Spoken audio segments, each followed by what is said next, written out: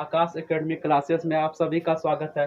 स्वागत करता हूं उन तमाम साथियों का जो कॉम्पिटिटिव एग्ज़ाम की तैयारी कर रहे हैं, जो बीपीएससी, दरोगा और इम्पोर्टेंट जो भी एग्ज़ाम है स्टैंडर्ड लेवल का, यानी कि गवर्नमेंट जॉब के लिए और स्टेट पीसीएस के लिए, उसमें यह आपको इम्पोर्टेंट हो सकता है। चाहे आप यूपी पीसीएस करें या एमपी पीसीएस करें, झारखंड पीसीएस करें, उसके लिए बहुत सारा इम्पोर्टेंट क्वेश्चन यहाँ पर डाला गया है। देख सकते हैं आप यहाँ पर। देखिए, प्रथम कर्नाटक युद्ध से हम लोग शुरुआत करते हैं।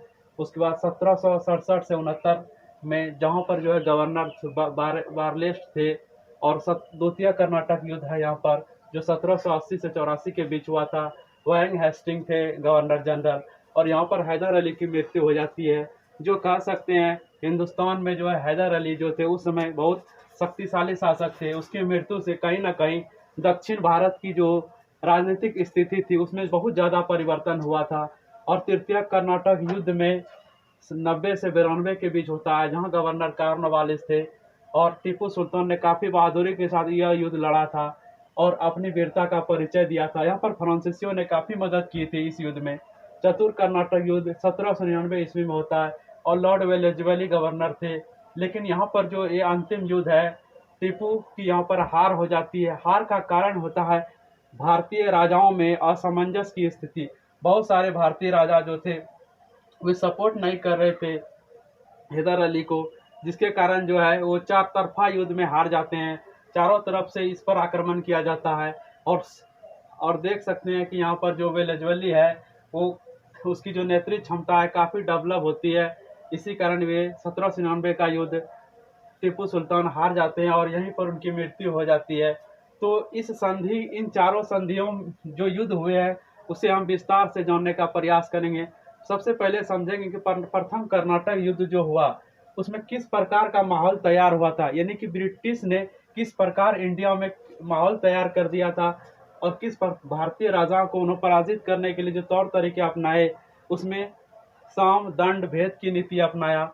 और यहाँ पर 1767 से 69 में जो युद्ध हुआ था, प्रथम कर्नाटक युद्ध, हैदर अली ने काफ़ी महत्वपूर्ण तरीके से अंग्रेजों को पछाड़ने का प्रयास किया, जबकि हमारे पास आधुनिक हथियार नहीं थे।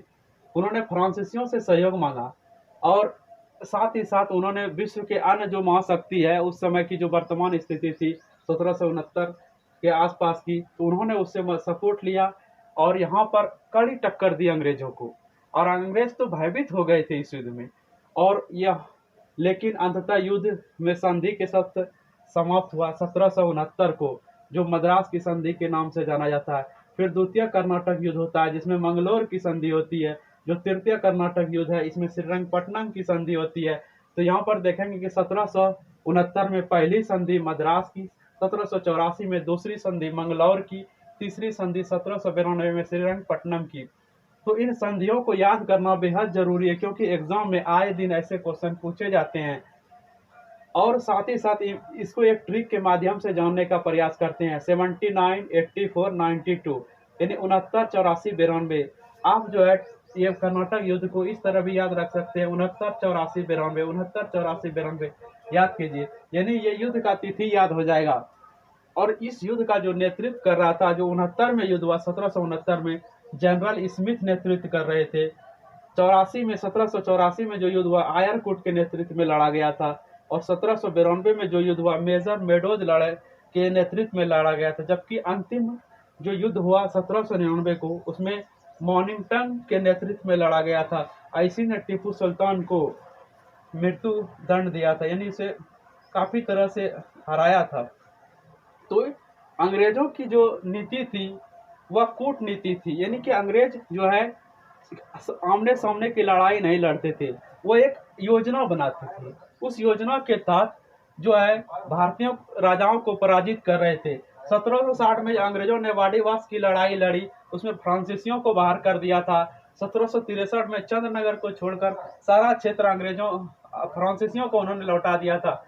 तो कर्नाटक के युद्ध से पहले जो महत्वपूर्ण लड़ाई हुई थी वह 1757 की पलासी की लड़ाई और 1764 की बक्सर की लड़ाई थी। इस लड़ाई ने अंग्रेजों को ये जो लड़ाई 1757 1700 बक्सर का युद्ध होता है, इस लड़ाई में अंग्रेजों को का जो आत्मविश्वास वो काफी ज्यादा बढ़ गया था। उन्हें लगा था कि भारत में जो है एक मजबूत शासन व्यवस्था अपनाई जा सकती है। इसी कारण उन्होंने उन्होंने दक्षिण में भी अपना प्रभाव जारी रखा। कारण क्या था कि उस समय जो हैदर अली थे, दक्षिण भारत की एक विशाल शक्ति बन गई थी। इसी कारण उन्होंने उसे परास्त कर अपने उस क्षेत्र को हड़प कर व्यापार में बहुत सारा अधिकार प्राप्त करना चाहते थे और ऐसे राजाओं की स्थापना करना चाहते थे जो उसके मन मुताबिक हो। उन्होंने ऐसा ही किया। इसीलिए फिर से एक बार देखते हैं, रिकॉल हो जाएगा। प्रथम कर्नाटक युग 1767 से 69, द्वितीय कर्नाटक युग 80 से 84, तीसरे कर्नाटक 1790 से 92, चौथा कर्नाटक युग 1799 में वेलेज्वली। पहले यहाँ पर देखते हैं वारलेस्ट, वैरंग हेस्टिंग, कॉर्नवालिस, वेलेज्वली, याद करना पड़ेगा इसे। उसके बाद नेतृत्व किसने किया? वारलेस्ट तो गवर्नर थे, नेतृत्व जनरल स्मिथ कर रहे थे। यहाँ पर वायरंग हेस्टिंग गवर्नर थे, नेतृत्व कौन कर रहा था? आयरफुट कर रहे थे। कॉर्नवालिस तो गवर्नर थे, नेतृत्व कौन कर रहा था युद्ध का? मेजर मेडोज कर रहे थे। अंत में तो वेलेज्वेली थे, जो वेलेज्वेली का शासन था। नेतृत्व कौन कर रहे? मॉनिंगटन कर रहे थे। और यही श्रीरंगपट्टनम पर टीपू की मृत्यु हो जाती है, कहें कि वह वीर गति प्राप्त कर जाता है। इस प्रकार हम देखते हैं कि यह हमारे एग्जाम के लिए काफी इम्पोर्टेंट है। थैंक यू दोस्तों, और आगे भी इसी तरह का आप सबों के सामने लाया जाएगा जो भी होगा मटेरियल।